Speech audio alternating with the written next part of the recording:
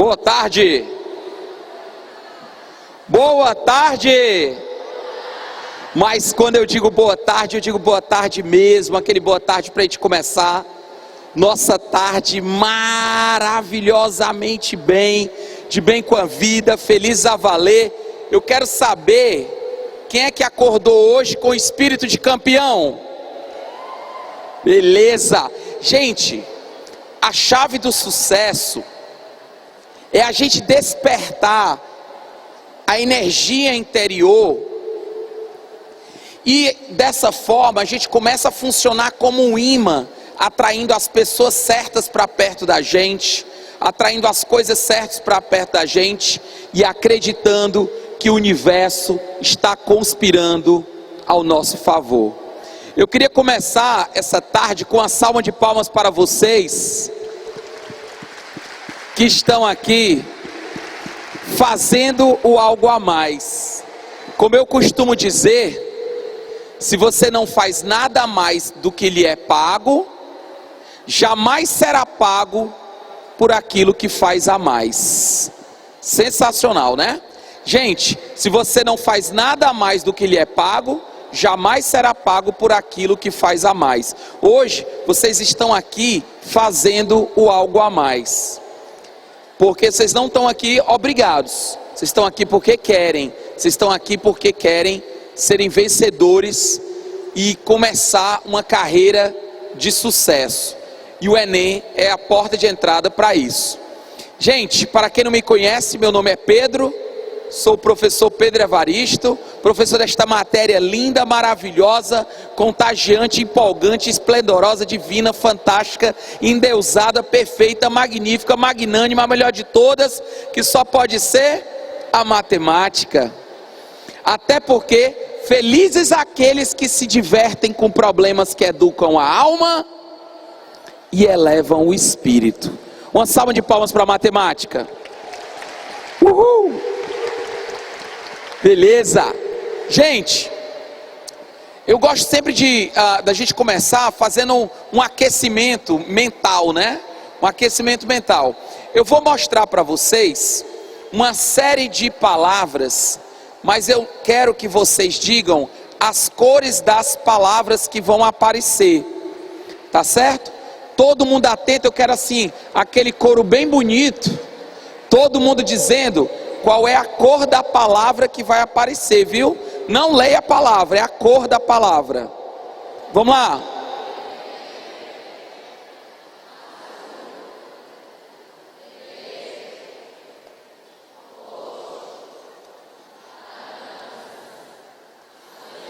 Ixi.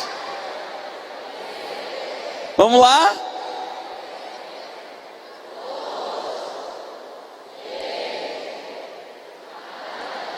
Eu escolhi a laranja, né?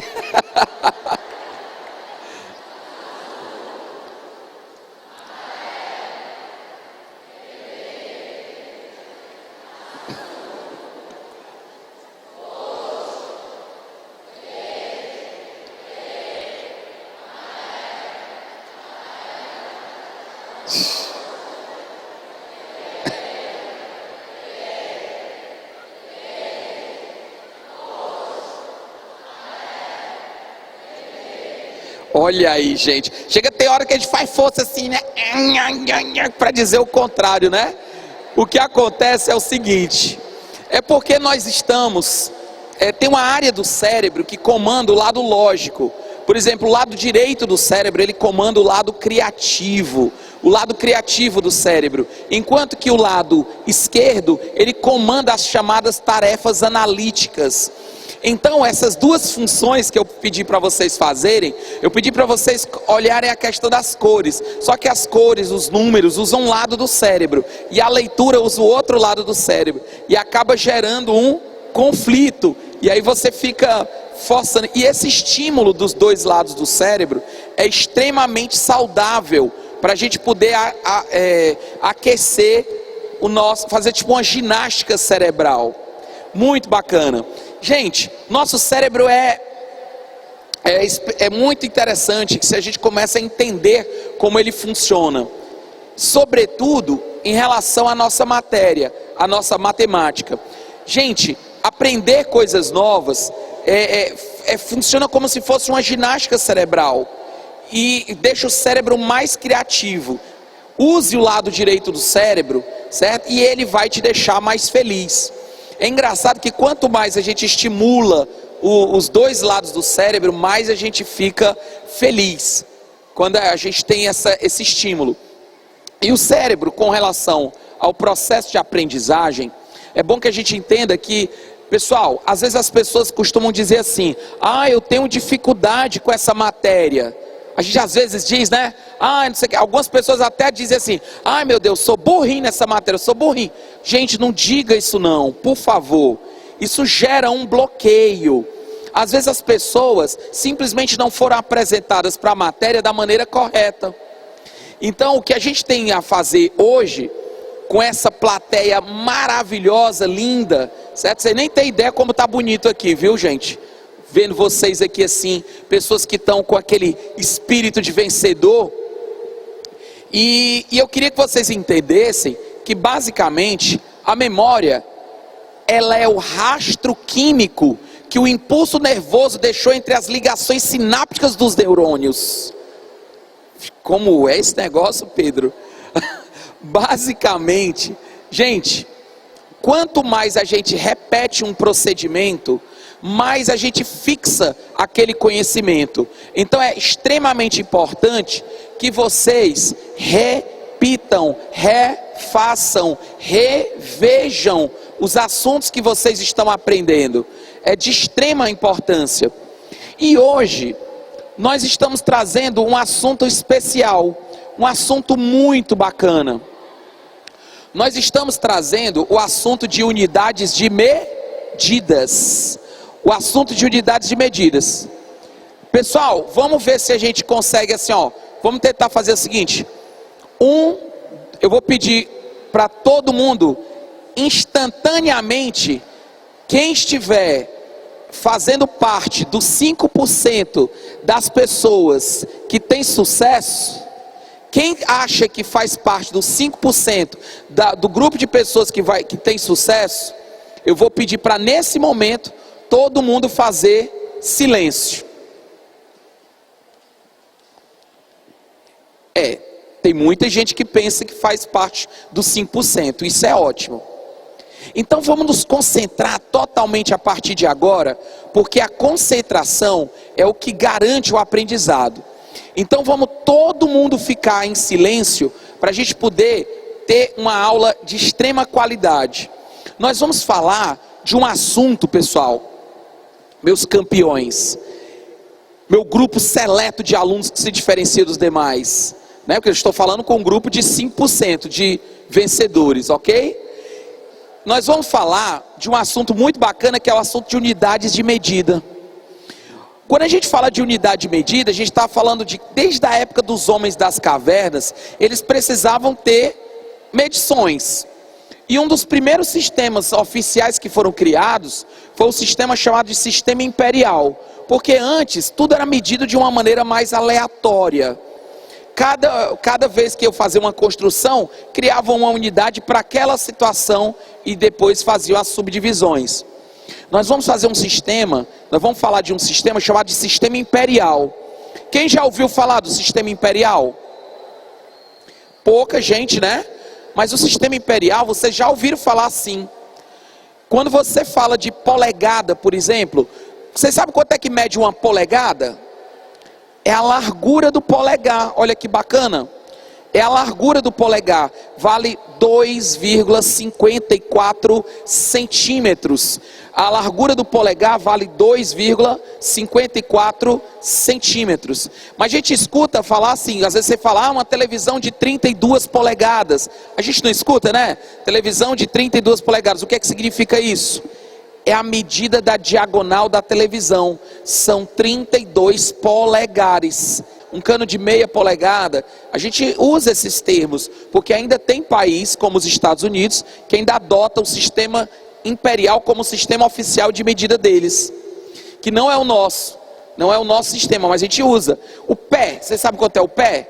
O pé é o tamanho do pé, só que era o pé do rei, era a polegada do rei, era o braço do rei, tudo era do rei. Aí quando o rei morria, aí mudava tudo, né? Começou a criar confusão. Então eles acabaram criando. Um pé vale 12 polegadas, gente. Um pé vale 12 polegadas. Quando você tem, ainda fala assim, quando um avião está voando a 36 mil pés de altitude, a chamada altitude de cruzeiro, equivalem a mais ou menos aí, gente, 11 mil metros. O avião está voando a 11 mil metros de altitude. Bem, aí vem o que mais? Vem um pé também, você mede as ondas. Uma onda de 10 pés, uma onda de 5 pés.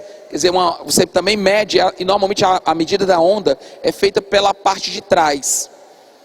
Aí tem a jarda. Você sabe o que é a jarda? A jarda era a distância da ponta do nariz do alfaiate até a ponta do dedão dele.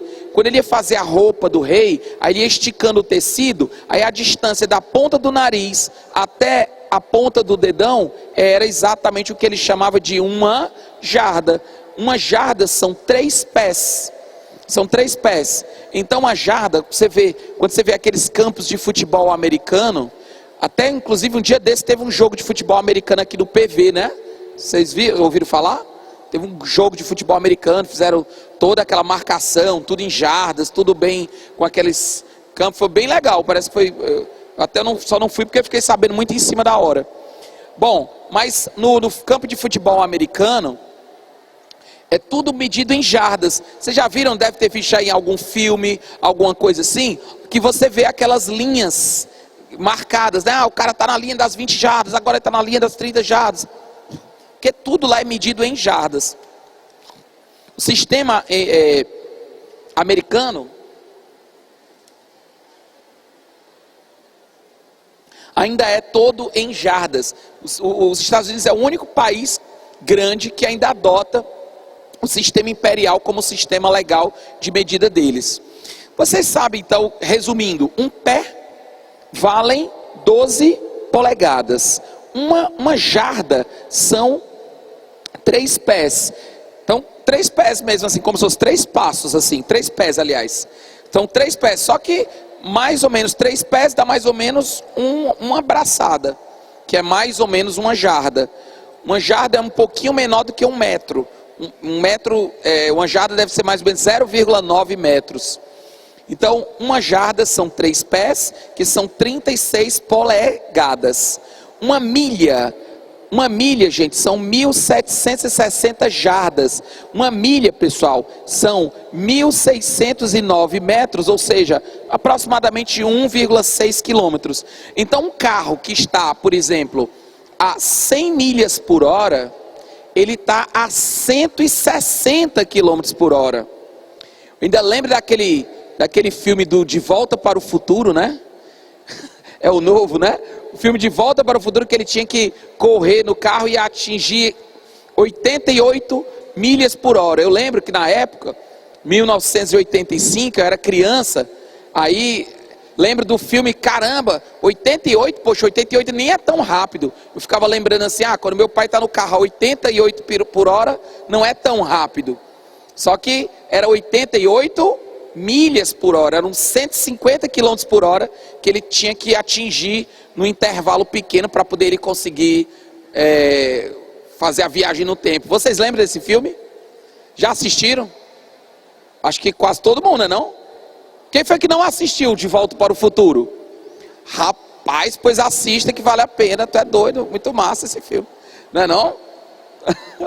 Gente, então é o seguinte, uma légua, quem é que sabe quanto é uma légua? Quem é que sabe quanto é uma légua, gente? Quanto? 6 quilômetros, exatamente. Gente, uma légua são 6 quilômetros. A pergunta dele, Pedro, sempre o ano teve 12 meses? Não. Tem outros calendários, vários outros calendários, calendários com 14 meses, calendários com 13 meses, tem um monte de calendário diferente. Isso aí a gente vai falar exatamente aqui, valeu a pergunta, né? Aí o que acontece? Esse ano de 365 dias é o que a gente chama de ano bissexto. Desculpa, o ano não bissexto, foi mal. O ano não bissexto. O ano bissexto ele tem 366 dias, que a gente vai falar dele também. Se você pegar os 366 dias do ano, olha, só completando a pergunta dele, por que acabaram escolhendo o ano de 12 meses? Porque se tem 4 estações do ano, e aí pode dividir por 4. Antes tinham 13 meses, 14 meses, já não dava para dividir por 4. Por isso que acabaram escolhendo o número 12 para fazer a divisão do ano. Então, o ano ficou legal com 12, justamente porque ele conseguiu dividir meio ano, um terço do ano, quarto ano, um sexto ano, um 12avos do ano. Então ele fracionou. E aí, gente, vem o seguinte, uma semana tem quantos dias? Você sabe por que a semana tem 7 dias? Tudo tem uma explicação, né? Porque o quê? Não, não. O número, olha, sabe por que a semana tem 7 dias? Por conta do ciclo da lua. A lua, ela tem 4, digamos assim, as fases da lua, se você for ver, dá para dividir em 4 pedaços. A lua, o ciclo da lua é mais ou menos 28 dias, são 29. Só que de se dividir em 4 pedaços, dá exatamente o que? 7 dias. Então quando você tem numa sexta-feira teve lua nova, na outra sexta-feira lua crescente, na outra sexta-feira lua cheia, na outra sexta-feira lua minguante, na outra sexta-feira lua nova de novo. Aproximadamente, aí muda um pouquinho para frente, porque não é exatamente 7, mas é aproximadamente. Então as pessoas diziam muito assim, vamos marcar, quando não tinha calendário nem nada. Olha, nós vamos, nossas tribos vão se encontrar daqui a 2 luas, daqui a 2 luas cheias. Então eles mediam tudo pela lua, pela não sei o que, pelo sol. Então aí foi aí que foi criando os sistemas. Então por isso que a semana tem 7 dias. Justamente porque pegaram os 28 dias do ciclo da lua, dividiram em 4 ciclos, dão 7. Então por isso que ficava de 7 em 7.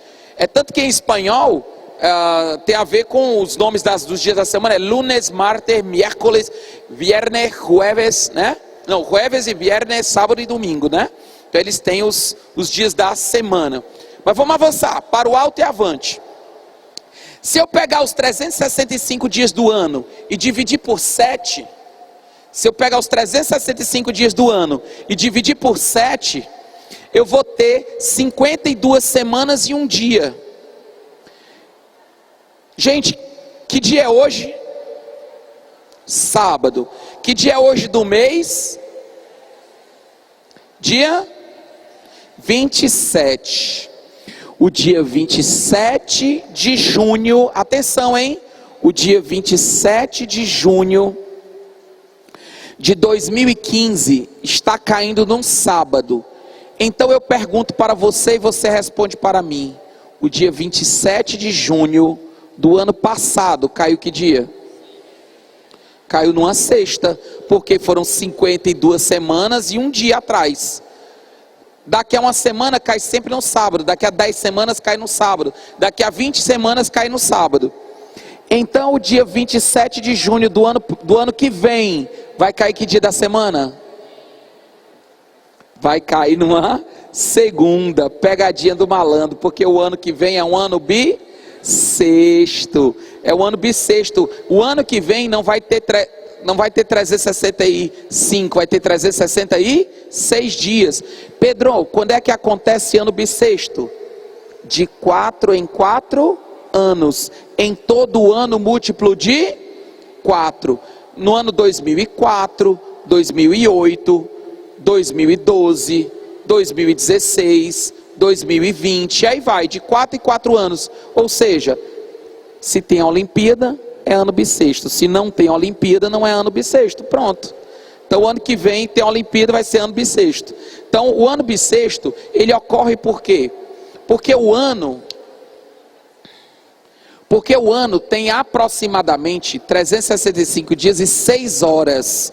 Ele não tem 365 dias exatos, são 365 dias e 6 horas. Esse é o tempo que a Terra demora para dar uma volta. Então essas 6 horas acumuladas durante 4 anos, dá um dia. Então se a gente não fizesse esse ajustezinho de 4 em 4 anos, aí o que é que acontecia? Daqui a pouco claro que para a gente não faz muita diferença, porque a gente não tem nem estação do ano direito, né? Mas para quem tem as estações do ano bem direitinho, primavera, verão, outono e inverno, isso faz toda a diferença, porque tem flores que nascem exatamente a tal hora do dia tal, do solstício de verão, pá, a bichinha está nascendo lá.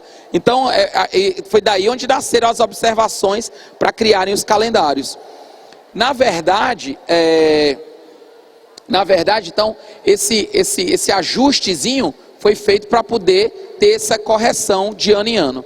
Que aí tem o dia 29 de fevereiro, beleza. Gente, uma coisa que muita gente pergunta, boa pergunta, valeu, perguntando assim, Pedro, por que escolheram justamente o fevereiro para ter 28 dias? Porque é o seguinte, nós dizemos que o mês tem 30 dias, não é? Olha aí como a tua pergunta teve tudo a ver. A gente diz que o mês tem 30 dias, não é assim? Só que o mês não tem 30 dias. Tem mês que tem 30, tem mês que tem 31, tem mês que tem 28.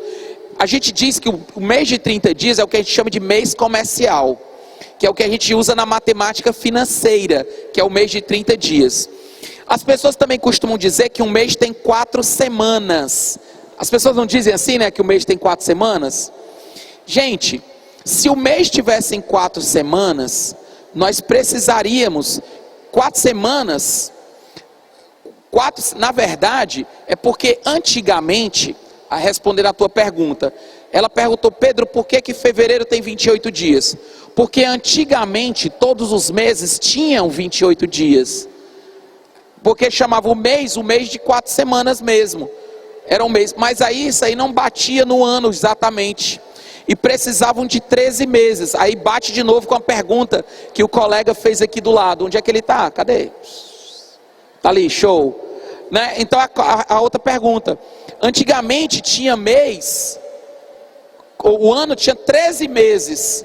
Porque era exatamente 13 grupos de 4 semanas. Mas aí foi aquela história que eu falei do 12, não dá para dividir por 2, não dá para dividir por 3, não dava para fracionar. Então eles resolveram acrescer 2 dias a mais aqui, 1 dia a mais aqui. Então não é porque eles tiraram dias de fevereiro, é porque o fevereiro foi o único que ficou com 30 dias para poder fazer os ajustes das datas das mudanças das estações do ano. Então por isso que acabaram deixando. Então foram ajustes que foram fazendo, botando 1 dia a mais aqui, 1 dia a menos ali, para poder acomodar e bater o calendário bem certinho. Então foi só uma questão de empírica mesmo, testando, porque antes todos os meses tinham 28. E a propósito, gente, para poder o mês, o ano tem 52 semanas, nós precisaríamos de 13 meses, de 4 semanas, para poder gerar as 52 semanas. Olha que curiosidade, foi aí que nasceu a ideia